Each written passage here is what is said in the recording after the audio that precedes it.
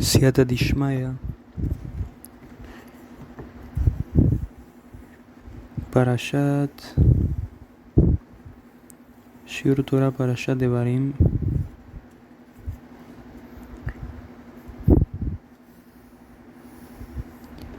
Estas son las palabras que habló Moshe a todo Israel del otro lado del Jordán respecto del desierto, respecto de Arba, frente al mar de los juncos, entre Parán, Tofel y Labán, y Hatzerot y Di Zahav. Así empieza esta parashá en la Torah. Hoy vamos a aprender un poco de la parte interna de estos versos de la Torah y de esta Torah y concretamente de cuál es la enseñanza que nos proporciona el Santo bendito sea esta semana. Primero que todo, el libro de Devarim duró aproximadamente 4 meses máximo.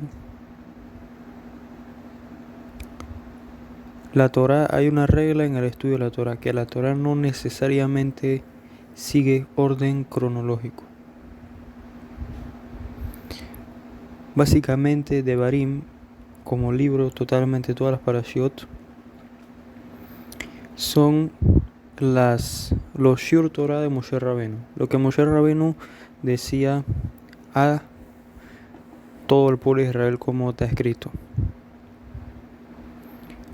Y básicamente es un recuento de todo lo que sucedió a lo largo de los 4 primeros libros.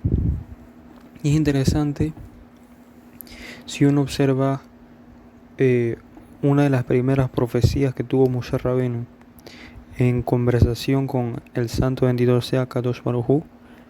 Moshe Rabenu le dice: yo no soy un hombre de palabras. En Shemot, Parashat Shemot, le dice Moshe Rabenu a Dios: Ishlo Devarim, Ishlo Devarim. Yo no soy un hombre de palabras. Y el libro por excelencia que Moshe Rabenu, digamos, escribió, como todos los libros de la Torah, pero particularmente este, porque son sus speeches, sus derashot en hebreo, se llama Devarim. Y la respuesta del santo bendito sea, fue: no soy yo el que hace a la persona hablar, o la persona ciega o vidente. Estoy parafraseando un poco, pero es para darnos una idea de la humildad de Moshe Rabenu.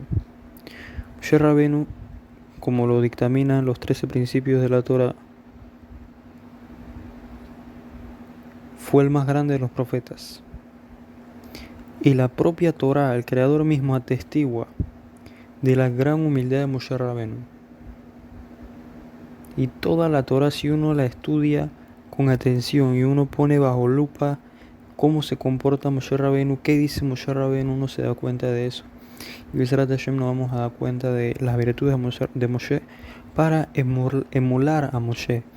Hoy en día queremos emular cantantes, queremos emular deportistas, queremos emular personas que son moralmente pobres, son moralmente terribles, no tienen ninguna ética, ningunos principios.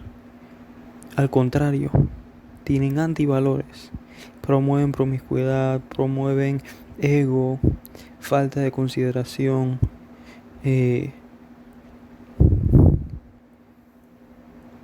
falta de ética. Dice la Gemara, el Talmud, que si uno quiere conocer a una persona, uno tiene que ver quiénes son los héroes de esa persona. ¿Quiénes son los héroes? ¿A quién tú miras hacia arriba? ¿Tú miras hacia arriba o a Moshe Rabenu o a un cantante por ahí? ¿A quién tú miras arriba? ¿A quién tú dices, oh, yo quiero ser como él? Yo quiero ser como Moshe Rabbeinu, yo quiero ser como un cantante o como un deportista, yo quiero ser como Messi, dirán algunos. Pero la realidad es, ok, ¿qué tú puedes aprender de esta persona? Es verdad, puedes aprender algunas cositas aquí, pero hay un sello sobre ellos que tú puedas saber que estas personas son moralmente éticas, que son personas que vale la pena ser como ellos o no. Sobre Moshe Rabbeinu sí hay. Y Devarim, la palabra Devarim significa palabras. Si uno observa esta palabra y uno la parte por un lado, Devar, lo partes ahí, Yam. Habló el Yam, el mar. ¿Qué quiere decir Yam? Yam quiere decir mar, pero hace alusión a la gran sabiduría de Moshe. Habló la gran sabiduría de Moshe. Moshe Rabbeinu recibió la Torah. Conocía todos los secretos de la Torah. Fue como un USB en su mente. Toda la Torah, todos los secretos. Toda la tradición oral. Nosotros conocemos prácticamente el 20% del mar, si no me equivoco. Pero conocemos muy poco del mar. Las partes internas. El mar es algo desconocido para nosotros. Sin embargo, el planeta Tierra es 72% agua. Es agua. En la Torah siempre hace alusión a la sabiduría. Siempre hace alusión a la Torah. En el Zohar Kadosh dice, la Torah es agua. Y también la Gemara dice, y el Zohar también, que la Torah también es fuego. Por eso, el principio Dios creó Shamaim, Eshmaim, fuego, agua. Cambió el fuego, que es la Torah, por el agua. Y Moshe Rabbeinu representaba aquel justo, aquel tzaddik, que es como el agua, que es calmado, que tiene paciencia, pero que sobre todo una de las características principales del tzaddik y de Moshe Rabbeinu es que es una fuente, como una fuente de sabiduría que no para. Por eso se dice Tzadik Yesod Olam, el justo es el fundamento del mundo. Nahal Novea, una fuente de agua, una fuente de sabiduría. Por eso, cuando Moshe Rabbeinu hablaba, cada palabra de Moshe Rabbeinu escondía una sabiduría muy, muy, muy grande. Y el día de hoy vamos a tratar de darnos cuenta un poquito de lo que está detrás de esta Torah. Cada palabra, cómo se puede estudiar y profundizar en cada palabra.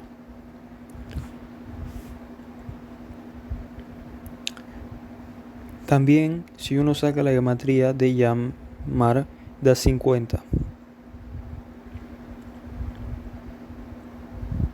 50 es la nun, la letra nun, que representa Binah.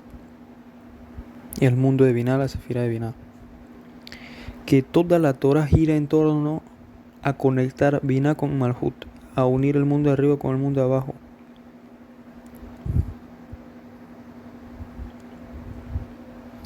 A generar conexión entre Binah y Malhut. Porque si uno pone el árbol de la vida y uno pone la letra Nun empieza en Binah y termina en Malhut. Que este proceso ocurre en Shabbat, en Yom Kippur y en muchas mitzvot de la Torah. Por eso la letra Nun es la inicial de la palabra Neshama, que significa alma.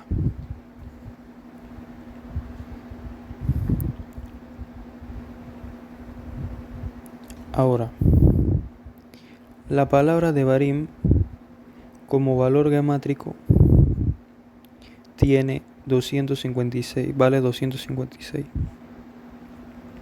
256. Entonces, sumamos 2 más 5 más 6 da 13. ¿Qué es 13? Muchas personas tienen un mal concepto de que el número 13 es un mal número. La Torá nos deja claro que el número 13 no, al contrario, es un número que representa misericordia, pero la Torá no le da mucho enfoque, digamos, a números buenos, números malos, esto es bueno, esto es malo, señales así, si veo este número significa esto, no. Uno tiene que ser completo delante del Creador. O sea, sí en la Torah hay una importancia en los números, como vamos a estudiar el día de hoy, hay gematría.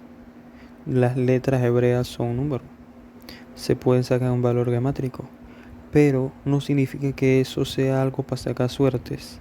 Si me sale este número voy a hacer esto. Si veo este número de nuevo voy a hacer esto. No, eso está prohibido en la Torah. Eso se llama acciones de repetir las acciones de los cananeos, lo cual está completamente prohibido. Sí es verdad que hay números, hay gematrías que representan cosas y que te enseñan cosas, pero que eso no sea algo como que si cae un martes 13, un viernes 13, no voy a hacer un negocio porque me va a salir mal. No, eso es un pecado literalmente. Eso está prohibido.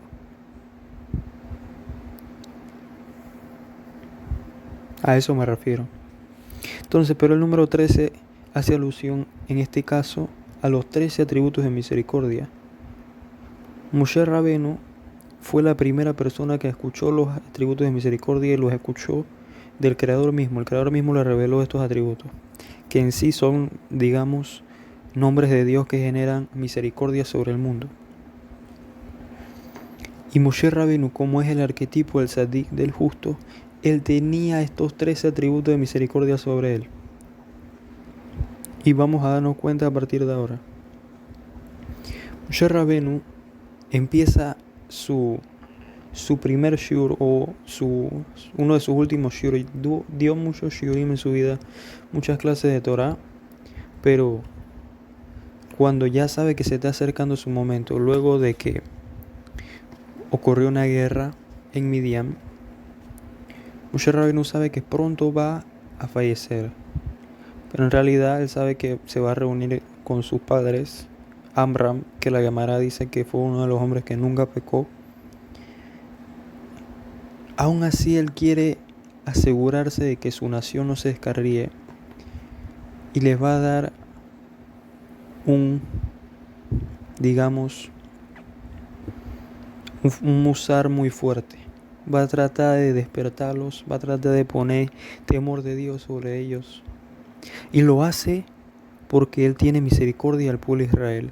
Él tiene misericordia y no quiere que sean destruidos.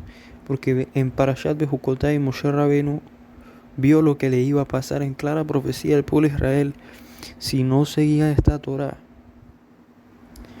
Muchas maldiciones que todas se han cumplido a lo largo de la historia, desafortunadamente. Una clara profecía. Cualquier persona abra cualquier día Parashat Bejucotai, lea lo que está ahí, luego observe la historia, todo lo que le ha pasado al pueblo de Israel, y uno se va a dar cuenta que la Torah proviene de un origen divino.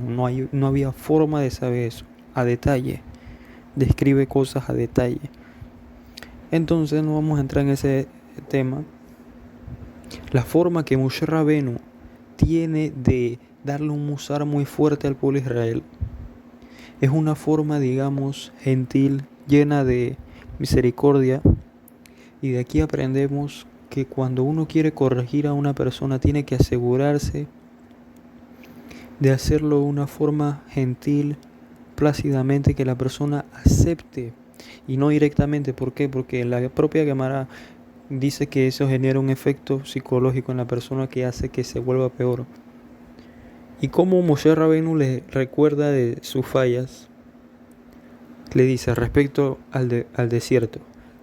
Y Rashi nos explica que esos nombres geográficos hacen alusión a pecados y a críticas que le hace Moshe Rabenu de cosas que sucedieron en ese lugar.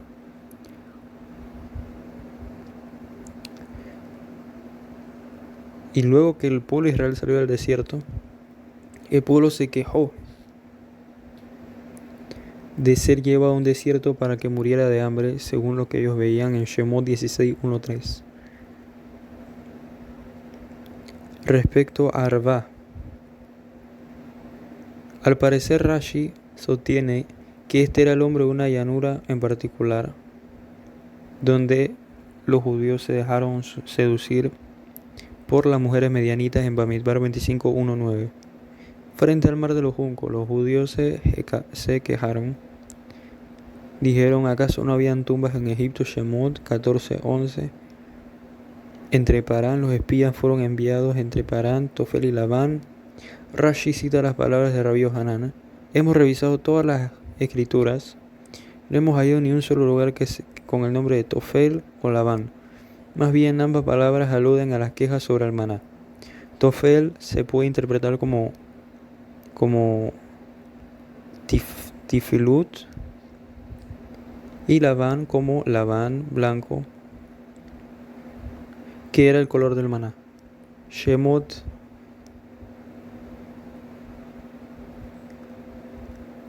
16:34. Entonces, ¿qué vemos aquí? Algo bien importante. Es una mitzvah de la Torah. Si alguien está haciendo algo incorrecto, alguien hizo algo incorrecto, y uno quiere hacer una bondad hacia esa persona, uno le dice, esto es incorrecto según la Torah, está prohibido, no lo hagas. Como hay una mitzvah en Parashat Kedoshim que dice, no maldecirás al sordo y no pondrás algo delante del ciego. Una persona que no sabe lo que está haciendo en sí misma,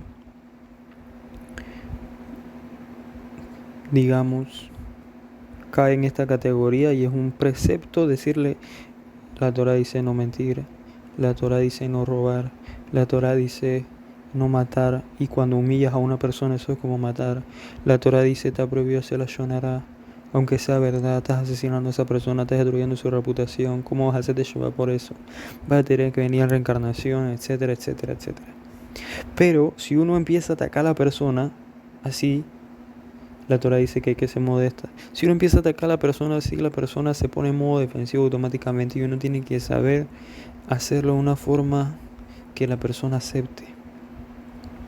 Vemos cómo Moshe Rabbeinu, Alao Shalom, logró hacer esto y nos da esta lección de vida. Porque la idea de una persona que estudie es que enseñe, no que se quede el conocimiento para esa persona y ya está.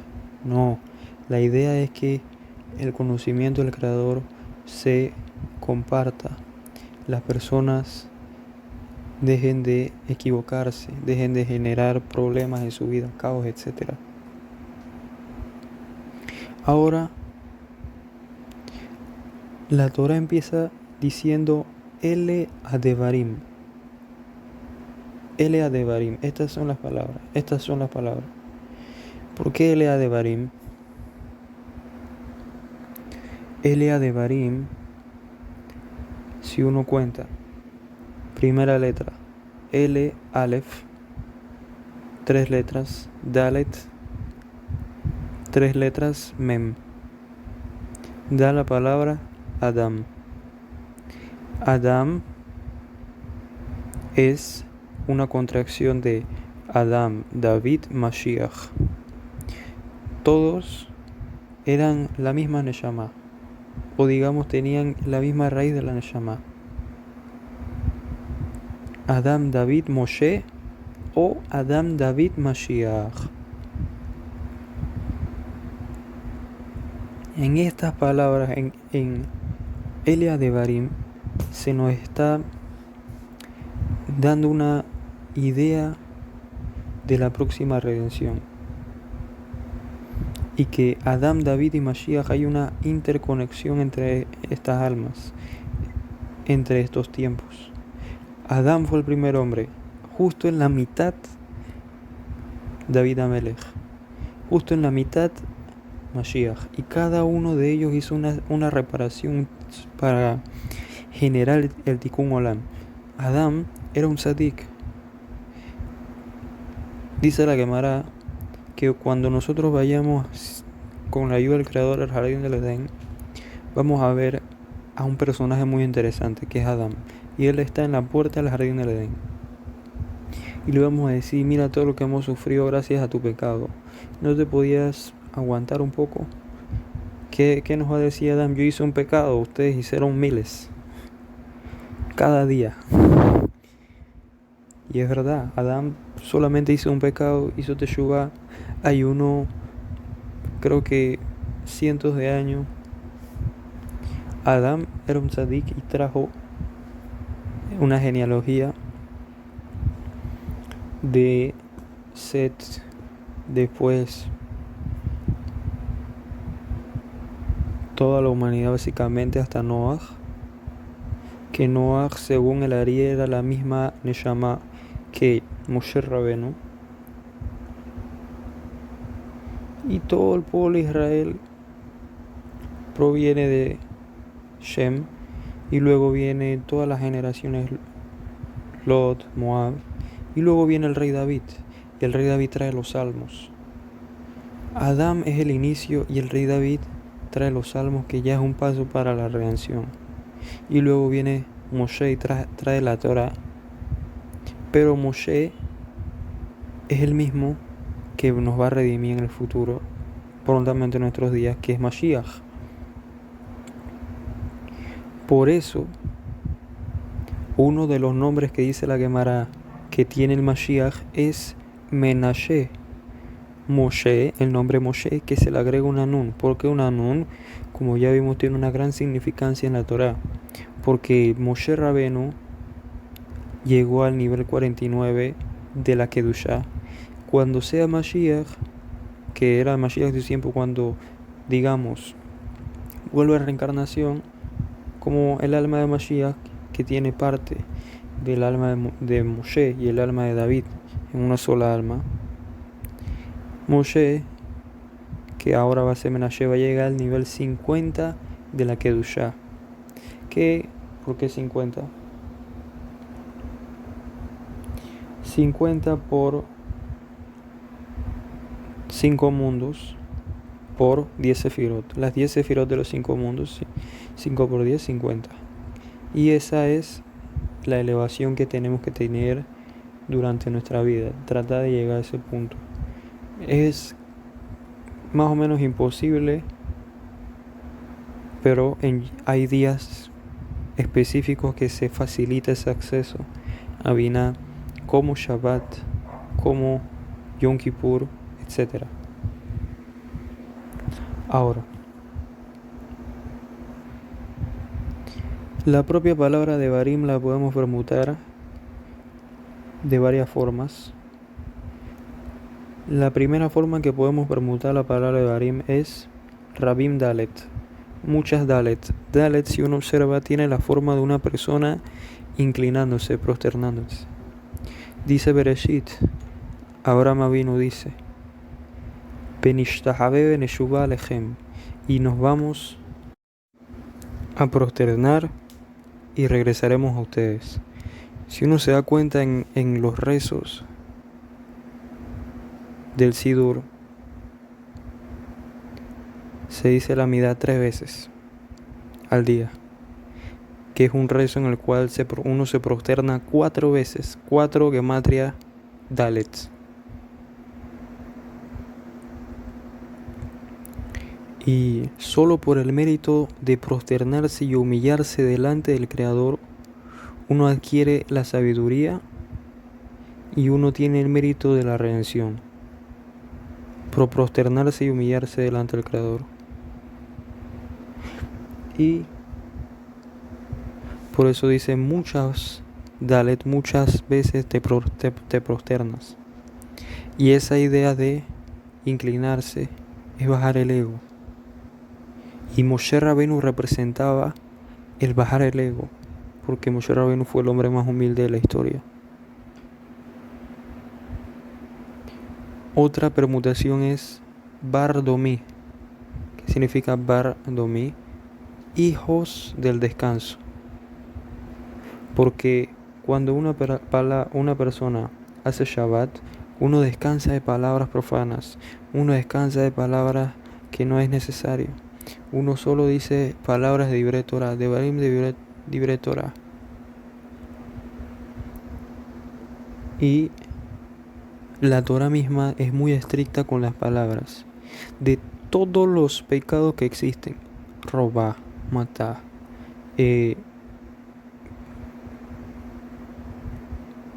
envidia, venganza, idolatría. Todos los pecados que hay, la Torah tiene 365 prohibiciones de no hacer.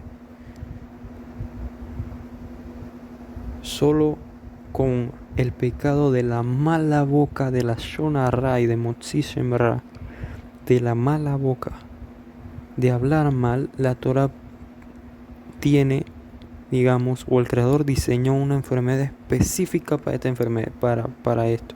Pero te lo dice en la Torah. Todos los pecados en sí te pueden generar una enfermedad. Eso tiene que estar claro. Pero en la misma Torah, que te diga que si tú haces la Shon Hara, tú vas a tener esta enfermedad y te vas a tener que estar en cuarentena y todo tu casa tienes que sacar los muebles. Y ¿cómo se identifica que tienes esa enfermedad? Hablando. El Cohen dice, te declaro impuro, tamé. Y a partir de ese momento, nadie te puede tocar y tienes que gritar que estás tamé. ¿Por qué? Para enseñarte lo terrible que es los cortocircuitos, los pecados, como le quieras llamar, del habla. Lo terrible que es. Y la Torah es muy específica con eso.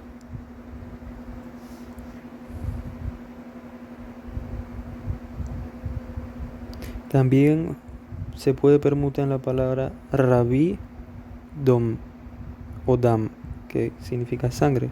Pero vamos a sacarle la gematría a esta palabra Dam. Da 44. 4 por 4, 16. 6 más 1, 7, que es espiritualidad. Un rabino en sí mismo siempre tiene que tener una espiritualidad muy grande. ¿Por qué?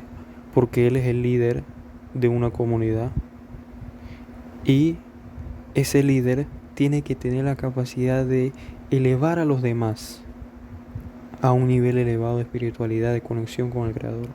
Y Moshe Rabbeinu representaba eso, un líder que podía elevar a toda una nación un estado de gran temor reverencial del Creador, que el temor es una forma muy grande de, digamos, Avodat Hashem, de servir al Creador. También, si nosotros agarramos Elia de Devarim y permutamos las letras, Semut Seruf te da Elohá, Bara, Dami. Dios creó mi sangre. Mi sangre, la palabra sangre en hebreo también significa dinero. Dios creó mi dinero. Y uno se da cuenta que las primeras de palabras, Rashet Evot, da la palabra Evet con Aleph, pero hay una regla en las interpretaciones de la Torah, de que también son 13 principios de cómo interpretar la Torah, que dos palabras que suenan igual se pueden intercambiar. Evet suena como Evet, esclavo, con Ain, que es una palabra como la Aleph, pero gutural, que significa esclavo. ¿Qué quiere decir? Que uno tiene que calar la idea de que Dios me creó, por lo tanto tengo que servirlo. Y todas estas palabras de la Torah, de Barim, tienen que entrar en tu sistema sanguíneo, en tu sistema, todos tus sistemas, pero específicamente en tu sistema sanguíneo, porque es la gran parte de tu cuerpo, que sin ella básicamente no se puede funcionar. La Torah dice varias veces la prohibición de no comer la sangre de un animal, de no tomar sangre, porque te dice que ahí está tu alma, ahí está el nefesh. ¿Qué te está diciendo aquí? Tienes que saber que dentro de tu nefesh, el Creador te hizo. Por lo tanto, Él te hizo para servirlo. ¿Para qué te hizo para servirlo? ¿Por qué? Para que te pueda beneficiar por la eternidad en el otro mundo y en este. Porque es una gran diferencia vivir sin Torah, sin las palabras de Torah, y vivir con Torah. Las personas que viven sin Torah pueden ser los más espirituales, pueden meditar 15 horas al día. Pero ¿qué tienen en la vida? No saben cómo vivir. Está mal meditar 15 horas al día, no estás viviendo, no tienes este mundo y el otro tampoco. La Torah no te dice que seas un monje y que medites 15 horas al día. No estás viviendo, te sientes bien, puede ser, ok. Pero, ¿qué estás ganando? Es cuando tu vida termine y te juzguen, o tú mismo te juzgues, te vas a dar cuenta que tuviste prácticamente durmiendo 15 horas al día toda tu vida, 80 años, 90 años, dormido, sin hacer absolutamente nada, no ganaste nada, no llegaste a nada. Lo que perseguías no lo lograste. Entonces, ¿qué es eso? Y las personas que no hacen eso tienen muchos problemas de depresión, ansiedad, problemas aquí y allá, no saben para qué viven, cuál es el propósito de la vida. Uno le hace esta pregunta a las personas no saben, creen que tener dinero, tener mujeres, tener esto, lo otro, eso no es.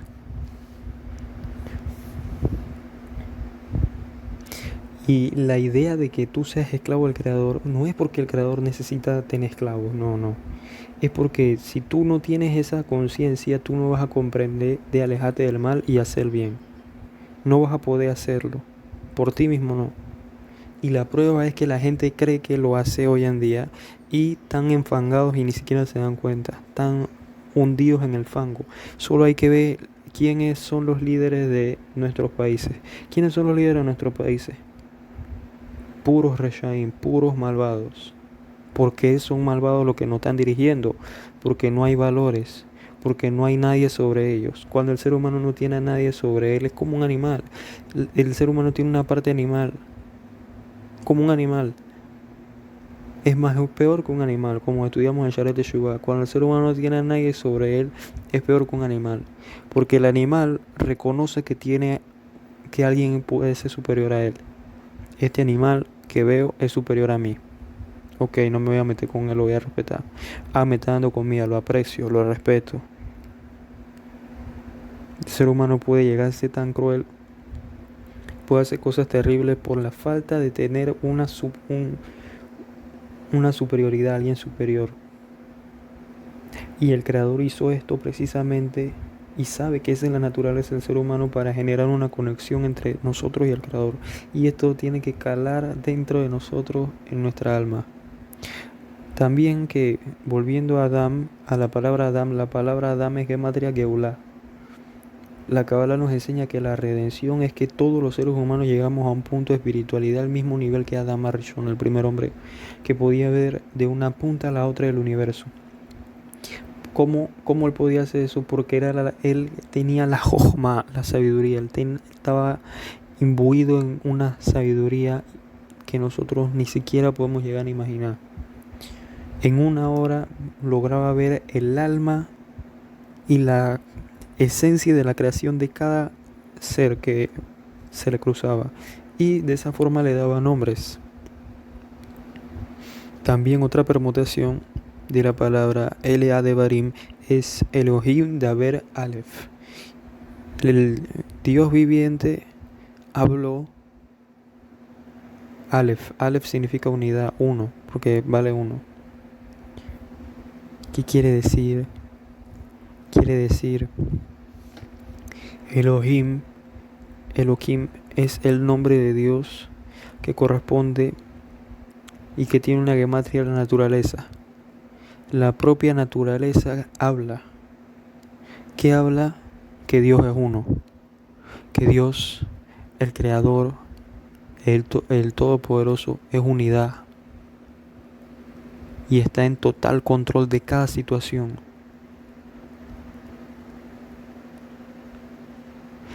el Creador hizo un sistema llamado naturaleza, con el cual nos comprueba que existe una unidad entre la naturaleza, que parece implacable, que parece aleatoria para una persona que no es observadora, pero que en realidad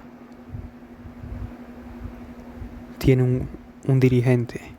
Ese dirigente es el Creador, bendito sea. Hace unos días, unas personas en la India estaban haciendo un culto de idolatría, y en el medio del culto de su idolatría cayó un rayo y los mató a todos. Naturaleza. La Torah dice pena de muerte para los idólatras.